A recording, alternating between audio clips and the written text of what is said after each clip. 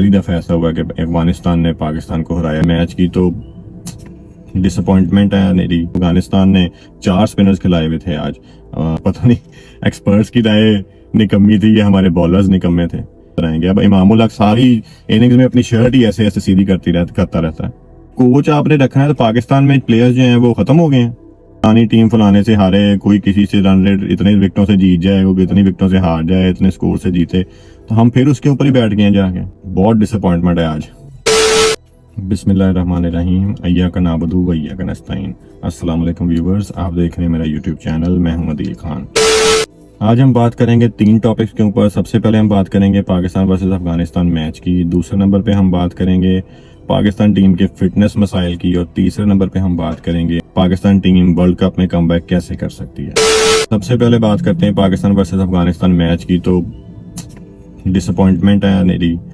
अफगानिस्तान ने पाकिस्तान को 8 विकेटों से हरा दिया है और ये वर्ल्ड कप में नहीं बल्कि ओडीआई हिस्ट्री में पहली दफ़ा ऐसा हुआ कि अफगानिस्तान ने पाकिस्तान को हराया है। इससे पहले पाकिस्तान को कभी अफगानिस्तान ने वनडे इंटरनेशनल में नहीं हराया हुआ था, लेकिन आज वो पहला मौका था जिसकी में अफगानिस्तान ने पाकिस्तान को हरा दिया। पाकिस्तान ने पहले बैटिंग करते हुए 282 रन का टारगेट दिया, जो लग रहा था कि टारगेट वेल इनफ है, लेकिन अफगानिस्तान ने बखूबी उस टारगेट को चेज किया और सिर्फ 2 विकेटों के नुकसान पे 286 रन बना डाले। मैच के स्टार्ट से बात की जाए तो बड़ी हाइप थी कि चेन्नई में मैच हुआ होना है। ये वही पिच है जिसके ऊपर ऑस्ट्रेलिया और इंडिया का मैच हुआ था और उसमें ऑस्ट्रेलिया जो है वो सिर्फ 200 रन 199 रन बना सकी थी। 200 का टारगेट था जो इंडिया ने बमुश्किल पूरा किया था, जिसके अंदर मास्टर क्लास विराट कोहली की देखी गई कि उन्होंने परफॉर्म किया और इंडिया वो मैच जीत गया था। आज यही उम्मीद की जा रही थी कि पिच जो है वो स्पिनर्स के लिए बहुत बेहतर साबित होगी और इसी वजह से अफगानिस्तान ने 4 स्पिनर्स खिलाए हुए थे आज। उनका राशिद खान खेल रहा था, आज उनका नूर अहमद लड़का खेल रहा था, मोहम्मद नबी खेल रहा था और एक वो ऑफ स्पिनर जो शुरू में करता है, का नाम नहीं मुझे इस वक्त याद आ रहा। तो 4 स्पिनर्स थे। सारे ये बात कर रहे थे कि ये 50 ओवर्स अपने कैसे पूरे करेंगे, क्योंकि जाहिर बात है फास्ट बॉलर्स के ना होने की वजह से आपको डेप्थ के अंदर काफ़ी बॉलिंग जो है वो मुश्किल हो जाती है कि इनिंग्स के जब एंड हो रही होती है तो उस वक्त फास्ट बॉलर्स की ज़रूरत होती है। लेकिन अफगानिस्तान ने बड़ा, उनकी कप्तान की बात की जाए तो बड़े अच्छे तरीके से उन्होंने हैंडल किया सारे बॉलर्स को और शुरू से लेकर आखिर तक उन्होंने पाकिस्तान को ओपनली स्कोर नहीं करने दिया। जहाँ थोड़ी सी पार्टनरशिप लगती थी उसी वक्त ही पाकिस्तान की विकेट गिर जाती थी। नो डाउट बाबर आजम ने बड़ा अच्छा परफॉर्म किया। शुरू में अब्दुल्ला शफीक ने बड़ा अच्छा परफॉर्म किया। बाबर आजम ने भी 50 किया, 74 रन बनाए, लेकिन वो अटैकिंग क्रिकेट नहीं खेल सके। अटैकिंग क्रिकेट देखने को मिली सिर्फ हमें आखिरी 5 ओवर में जब इफ्तिखार अहमद और शदाब खेल रहे थे, तो उस वक्त तो हमें लग रहा था कि 250 भी शायद स्कोर नहीं होगा, लेकिन उनकी जारियाना बैटिंग की वजह से जो है स्कोर वो 282 तक पहुंच गया। सारी ये उम्मीद कर रहे थे कि वेल इनफ स्कोर है, अब ये स्पिनिंग पिच है और ये सेकंड इनिंग में बैटिंग मुश्किल हो गई। लेकिन भाई पता नहीं एक्सपर्ट्स की राय निकम्मी थी या हमारे बॉलर्स निकम्मे थे। इतनी घटिया बॉलिंग, मतलब कि आपने देखा ही नहीं है, आपके कोचेस ने आपको बताया नहीं है, आपने डाटा नहीं एनालाइज किया हुआ कि आपने विकेट टू विकेट बॉलिंग करनी है, या आपसे हो नहीं पा रही। मतलब सिर्फ शाहीन अफरीदी थोड़ा सा नजर आया कि वो जनाब विकेट टू विकेट जाएंगे और उन्होंने अपनी लेंथ खींची, शुरू में ही आगे बॉलिंग डाली, लेकिन दूसरे एंड से सपोर्ट उन्हें किसी भी जगह नहीं मिल सकी। हसन अली बिल्कुल ऐसा नहीं लगा बॉलर कि वो विकेट टेकिंग के लिए जा रहा है, वो सिर्फ अपने ओवर निकालने के लिए जा रहा था कि मैं रन्स कंटेन करूं, और विकेट टेकिंग के लिए सिर्फ शाहीन की बॉलिंग थी। उसके अलावा 7वें ओवर में फिर वही गलती की बाबर आजम ने कि पिछले मैच में भी हारिस रऊफ को पावर प्ले में ले आया था, उसे 24 स्कोर लगा था और आज फिर उसे पावर प्ले में 8वां ओवर डलवा दिया और वही हाल हुआ। उसकी लाइनो लेंथ ही सीधी नहीं है आ रही, जब पता है आपने विकेट टू विकेट बॉल करनी है इस मौके पे और पिच ऐसी है जो आपको लो बाउंस भी देगी और अच्छा बाउंस भी दे देगी किसी जगह पे, तो आप विकेट टू विकेट करो ना। आपने फिर आउटसाइड ऑफ स्टंप बॉलिंग उसे की है और बेशक आप 146-45 की गेंदें कर रहे हैं, लेकिन वो उनके ओपनर्स का कमाल है, उन्होंने वो लपाड़े मारे हैं आपको ऑफ साइड के ऊपर, छिक्के लग रहे हैं उन्हें, चौके लग रहे हैं और वो सिर्फ अपने बाल पकड़ के खींच रहे हैं। अब किसको बंदा ब्लेम करे इस जगह पे? बॉलर का ही बनता है ना। लोग कहते हैं कप्तानी अच्छी नहीं की, मैं तो ये समझता हूँ कि बॉलिंग भी तो अच्छी नहीं हुई ना। मतलब कप्तान जाए तो जाए किसके पास? आपसे रन्स ना कंटेन हो रहे हैं, ना आपसे मिडिल ओवर्स में विकेट ले हो रही है। आज पाकिस्तान ने शदाब और उसामा मीर दोनों को खिलाया था। भाई मैं इतने अरसे से कह रहा हूँ इनमें से किसी को अनफिट कर दो। मिस्ट्री स्पिनर जो लेके गए हो इब्रार अहमद, उसे सैर करवाने इंडिया लेके गए हैं। जब आपने यूटिलाइज नहीं करना ऐसे ही मौकों पे, तो अब मैच जब टोटल टूर्नामेंट हाथ से निकल जाएगा फिर उसे जाके आप खिलवाएंगे पहला मैच।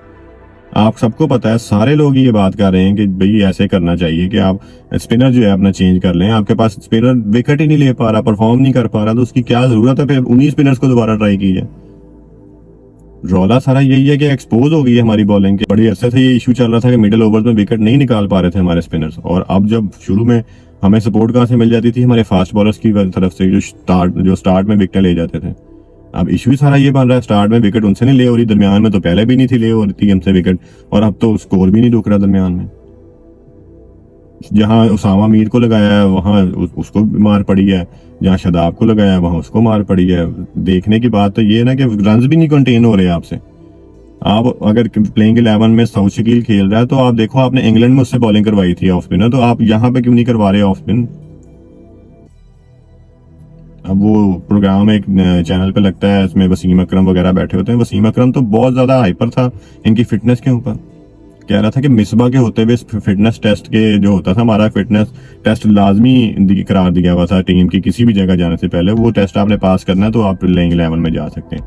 तो उनसे ये सारे नफरत करते थे कि जी वो फिटनेस बहुत रखवाते हैं। भी फिट होगे तो आप प्लेयर परफॉर्म करोगे ना एज ए प्लेयर। दुनिया के किसी भी मुल्क की टीम आप देख लें, कोई ऐसे आपको मोटे मोटे प्लेयर नहीं नजर आएंगे। अब इमामुल हक सारी इनिंग्स में अपनी शर्ट ही ऐसे ऐसे सीधी करता रहता है। उसकी रीजन क्या है? जब बंदे का पेट निकला होता है तो बंदा कोशिश ये कर रहा होता है मैं शर्ट आगे करूं ताकि मेरा पेट वैसे नजर ना आए। सेम ये हरकत उमर अकमल भी करने शुरू हो गया था जब उसका भी वो बल्कि होता जा रहा था। तो जाहिर बात है जब आप इस तरह के बल्कि होंगे फिर आपसे फील्डिंग उस तरीके से कहाँ होगी जो एनर्जेटिक तरीके से आपसे फिटनेस लेवल पे ऊपर रखी हो सकती है। और भी अब वो कैसा, मैं एक एक प्लेयर का नाम लूँ जिनके फिटनेस के मसाइल हैं। बाउंड्रीज आपसे नहीं रोक हो रही, मिस फील्डिंग बार बार हो रही है, कैचेस ड्रॉप आप कर रहे हैं, तो क्यों ब्लेम करें यहाँ पे? मिकी आर्थर साहब बाहर बैठे हुए हैं, तो भाई मुझे तो वो कोच ही नहीं समझ में आता कि जो इंटरिम कोच है आपका, यानी वो जूम के ऊपर मीटिंग्स आपके साथ करता है, वैसे उसने अपने काउंटी क्रिकेट की कोचिंग भी नहीं छोड़ी, वो भी कर रहा है साथ साथ। भाई कोच आपने रखना है तो पाकिस्तान में प्लेयर्स जो हैं वो खत्म हो गए हैं, आपको कोच ही नहीं कोई मिल पा रहा है। वो जब बॉलिंग परफॉर्मेंस देख रहे हैं तो जनाब साहब 4-5 देखने के बाद ओवरें उठ के अंदर चले गए हैं। इतना ही आपको तकलीफ है तो भैया आप कोचिंग छोड़ दें पाकिस्तान क्रिकेट की। लेकिन अगर आपने कोचिंग करनी है तो भैया अपना उसके ऊपर स्टे तो करें, आप डिसीजंस लें, कोई ऐसे बोल्ड डिसीजंस लें। अब तो बाकायदा ये बात होने लग गई है कि फेक इंजरीज करवा दें प्लेयर्स को ताकि आप प्लेयर तो बीच में चेंज कर सकें। रौला ही सारा ये है कि आपका बेंच भी इतना स्ट्रेंथ में नहीं है बेंच के ऊपर। किसको लेके आएंगे आप? मोहम्मद वसीम को लेके आएंगे? बिल्कुल फजूल चॉइस नहीं है इस जगह पे। वो जमान खान को लेके आएंगे तो वो बिल्कुल नया है। हारिस रऊफ की रिप्लेसमेंट आपको समझ ही नहीं आ रही, आप किसको लेके आएंगे? बेंच आपने पीछे पाकिस्तान में भी ऐसा प्लेयर कोई नहीं डेवलप किया हुआ जिसे आप लेके जाए। आप इन्हीं 3 के ऊपर हमेशा से आप रिलाई कर रहे थे, उनमें से एक निकल गया तो 2 की परफॉर्मेंस ही बिल्कुल डाउन होगी। आज आपको सही माने में चेज करके बताया अफगानिस्तान ने कि अफगानिस्तान के खिलाफ चेज करना है तो ऐसे करें आप। आपसे अफगानिस्तान की बॉलिंग ही नहीं खेल होती, मतलब आप इतना हावी कर लेते हैं उनके बॉलर्स को कि आपके उनके स्पिनर्स खेल ही नहीं होते। राशिद खान मोहम्मद नबी बहुत एक्स्ट्राऑर्डिनरी बॉलिंग कर रहा था, आपने उसे मेरा ख्याल है पहले 7-8 ओवरों में उसे सिर्फ 20 स्कोर लगाया। आपने रिस्क लिया ही नहीं किसी भी उसकी बॉल के ऊपर। आपके माइंड के बैकअप द माइंड ही ये बात थी कि ये विकेटें ले जाएंगे इनके स्पिनर। आप पे वो जितने आप पिछले मैचेस देख लें अफगानिस्तान के साथ पाकिस्तान के, उनके स्पिनर्स आप पे हावी रहते हैं। बाबर आजम का मेरा ख्याल 5-6 दफा राशिद खान आउट कर चुका है। इसी तरीके से फखर जमान खेल रहा होता तो उनका जो स्टार्ट वाला बॉलर है वो उसे आउट कर जाता है पहले दूसरे ओवर में ही। तो वो आप साइकोलॉजिकली उनके नीचे हैं इस वक्त। वो तो एंड पे छिक्के चुके कोई एक्स्ट्राऑर्डिनरी लग के, जिस तरह नसीम शाह ने 1-2 मैचेस जिताए हैं, आप उनसे जीतते रहे, वो भी चेज करने के ऊपर। आज आपने पहले बैटिंग का फैसला कर लिया तो जनाब आपसे टारगेट ही नहीं सेट हुआ। पिच नहीं थी, अगर स्पिनिंग पिच ऐसी नहीं थी, इतना एक्स्ट्रा ऑर्डिनरी स्पिन पिच नहीं थी कि आप बॉल बैठ रहा है कभी बॉल उठ रहा है। जब बॉल बल्ले पे आया तो सही भी बल्ले पे आया बॉल, उन्होंने आपको बैटिंग करके दिखाया नहीं कि ऐसे आ रहा है बॉल। शादाब की आपने रिप्लेसमेंट उसामा मीर को भी दोनों को खिलाया हुआ साथ, तो दोनों ही फुल टॉसिंग कर रहे हैं, आपसे बॉल ही नहीं पिच हो रही है सही जगह के ऊपर। उनका वो 19 साल उन्होंने नूर अहमद खिलाया था, देखा उसने कैसी बॉलिंग, 3 विकेटें ली और मेन 3 विकेटें ली। अब्दुल्ला को उसने आउट किया, बाबर को उसने आउट किया और वो रिजवान को उसने आउट किया। आपका प्लान ही कोई नहीं था उनके स्पिनर्स के खिलाफ कि किसने अटैक करना है, किसने प्ले करना है, किसने क्या करना है। आप अपने नेट्स के अंदर स्पिनर्स खेलते हो और लेग स्पिनर ही खेलते हो, लेकिन मैच के अंदर जाके आप बिल्कुल ही उन्हें रोकना शुरू कर देते हो। आपको उनका हैंड ही नहीं रीड होता कि अब ये गुगली फेंक रहा है, अब ये रेगुलर अपनी बॉल फेंक रहा है। ऐसी क्रिकेट देख के सारे लोग जो है पाकिस्तानी में क्रिकेट देखना छोड़ गए थे। मसा ये वर्ल्ड कप में जब आप जीते थे इंडिया से, तो उसके बाद फैन बेस बनना शुरू हुई, पाकिस्तानी क्रिकेट की तरफ दोबारा लोग की शौकीन आना शुरू हुए। लेकिन इस तरह की परफॉर्मेंसेज आप देंगे तो फिर लोग देखना छोड़ जाएंगे। आपको 300% रेज मिल गया सैलरीज के ऊपर, अब तो उस पर भी जाहिर बात है लोग बात करेंगे। अभी कोई क्राइटेरिया तो रखें अपनी परफॉर्मेंस का, अपनी फिटनेस का कोई क्राइटेरिया रखें, उसके बाद परफॉर्मेंसेस का कोई क्राइटेरिया रखें, फिर आप ये पीसीबी से सैलरी की डिमांड करें। इस तरह की परफॉर्मेंसेस पे तो आप कुछ भी डिजर्व नहीं करते।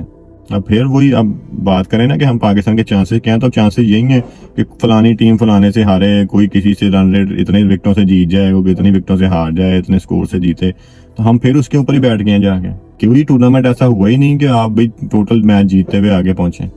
इंडिया देख लें तो इंडिया की बात करें तो इंडिया पिछले 3-4 वर्ल्ड कप से कोई नॉकआउट मैच ही हारा है तो हारा है। उसके अलावा ग्रुप स्टेजेस में शायद नादर ही है कि इंडिया कोई मैच हारा हो, और कोई हारा भी एक आधा तो उसके पीछे भी यही वारदात है कि शायद पाकिस्तान आगे ना जा सके इसलिए वो हारा है। जिसमें 2019 के वर्ल्ड कप में इंग्लैंड से इंडिया हार गया, तो वो भी पोजीशन जीतने वाली पोजीशन में था, लेकिन लगा यही कि वो जान के हार गए ताकि पाकिस्तान का रन रेट बेहतर ना हो। जीतने के लिए अब नेक्स्ट टूर्नामेंट के लिए हमें यही रिक्वायर है कि कोई एक्स्ट्रा ऑर्डिनरी परफॉर्मेंस हो, कुछ चेंजेस ऐसी हम फेक चेंजेस कर लें जिसकी वजह से इब्रार अहमद को खिला लें। चेन्नई में ही अगला मैच है आपका साउथ अफ्रीका के साथ, वरना वो उनके जो स्पिनर्स को जैसे वो खेल रहे हैं हेनरी क्लासन और मिलर और वेंडर डूसन, तो वो पिटाई जैसे फिर स्टेडियम में आपकी होगी, फिर आप देखेंगे भी 400 भी लग गए हैं।